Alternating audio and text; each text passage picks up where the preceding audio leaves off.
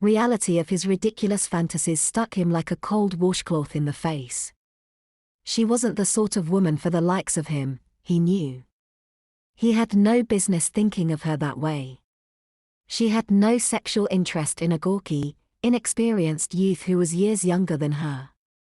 She was only being kind to a young college student she was befriending out of kindness, pity, or worse, a sense of public duty to a lonely sophomoric dweeb.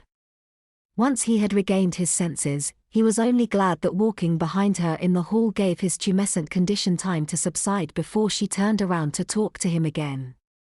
He would have died of embarrassment if she had seen him in such a condition. As they went down the hall, she turned the knob on one of the doors to show him the nursery which she used for housing for her temporary infant charges. Andrew was surprised at the height of the door handle on the nursery's entry door. It had been mounted at an astonishingly high position on the door casement. The handle was at least 4.5 feet from the floor. When she swung open the heavy wood-covered steel door, he saw the latch had a spring-driven extra-long 2.5-inch bolt that sank deep into the door frame when the door was closed. As Andrew walked in the room, the door swung slowly at first and then slammed shut under hydraulic pressure when it reached the last 2 inches of travel. The door seated itself automatically in its wood-colored, steel jamb that was almost perfectly hidden behind the screwed-on, walnut-butted trim with matching corner blocks and plinths that graced the regular wooden doorways in the hall. The illusion of normalcy was dispelled when the bolt slammed home with a distinctive metallic snap, making the steel strike plate emit a soft, short ring as the solidly bound steel frame resonated and gave audible assurance that the door was firmly latched. Evidently, Andrew thought, she's had some problems with babies getting out of the crib and wandering around at night. I can't say I blame her for being concerned. If a baby fell down those stairs he might be badly injured. The way she had the door handle mounted is a bit odd, but I suppose it's a wise precaution when you're not sure how smart the baby you'll be housing next week will be.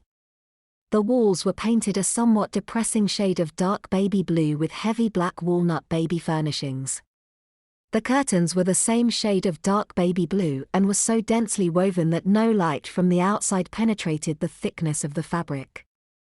If he had opened the curtains, he would have seen that the windows themselves were constructed of a thick sandwich of bullet and shatterproof Lexan plastic held in place by steel casements that matched the door.